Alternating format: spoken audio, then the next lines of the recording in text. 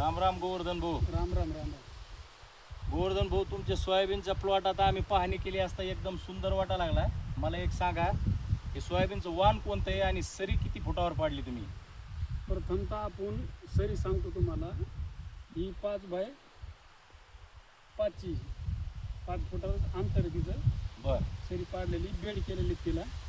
आणि वाण म्हणताल तर आपण फुले दुर्वा KDS 992 ही जात निवडलेली आहे. आणि ती पुन्हा आपण टोकन पद्धतीने लागवड केली आहे टोकन यंत्राच्या साह्याने. सोयाबीनचं क्षेत्र किती आहे? ही 1 एकर आहे. आतापर्यंत तुमच्या सोयाबीनला आता एकदम ग्रीनरी जबरदस्त दिसते बघा. कुठल्याही प्रकारचे याच्यावर रोग वगैरे काही दिसत नाही. त्याला फवारण्या किती घेतल्या? फवारणी एकच झाली याला. आळवणी वगैरे काही असं केलेलं आहे का? त्याला आपण अमोनियम सल्फेट 5 किलो सोडलेले. बाकी आळवणी नाही, एक डिकम्पोजर एक सोडलेले. म्हणजे या प्लॉटला तुम्ही सरी वरंबा करून ठिबक बी आतलेलं आहे असं? ठिबक आहे. आळवणी केली म्हणजे ठिबक आहे म्हणा. हा, ठिबक आहे.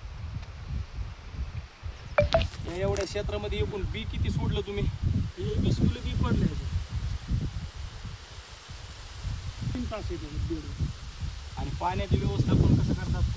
पाणी त्याला जास्तीत जास्त 3 तास पाणी देतो समजा. ह्याच्या अवलंबून पाण्याचं जे नियोजन आहे समजा दररोज देतात का दिवसाआड असं नाही, काही आठवड्यात वगैरे काय नाही. नियोजन आहे समजा? जर पाऊस नाही पडला तर मग आठवड्यातून एकदा फुल द्यायचं. पाऊस पडला की मग आपलं थोडं काहीतरी द्यायचं नॉर्मल. मित्रांनो, खतामध्ये काही दिलं होतं का समजा? नाही, खत कोणतंच नाही आणलं. एवढं किती सोयाबीनच्या लागवडीच्या अगोदर इथं कोणतं पीक होतं? ऊस वाढतो. त्याचं काही पाच वगैरे ठेवलेलं? आता तुमचा प्लॉट पाहायला सगळीकडे चौफेर सुंदर दिसतोय पहा. एकदम उंची वगैरे व्यवस्थित आहे समजा देतो.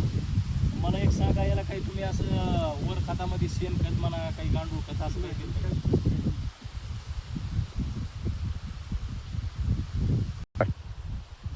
बरं, तुम्हाला या प्लॉट कडून किती उत्पन्नाची अपेक्षा आहे? म्हणजे किती क्विंटल सोयाबीन होईल या ठिकाणी असं वाटतं तुम्हाला? या ठिकाणी आपल्याला 12 क्विंटल तरी वाटतं. 12चं समजा.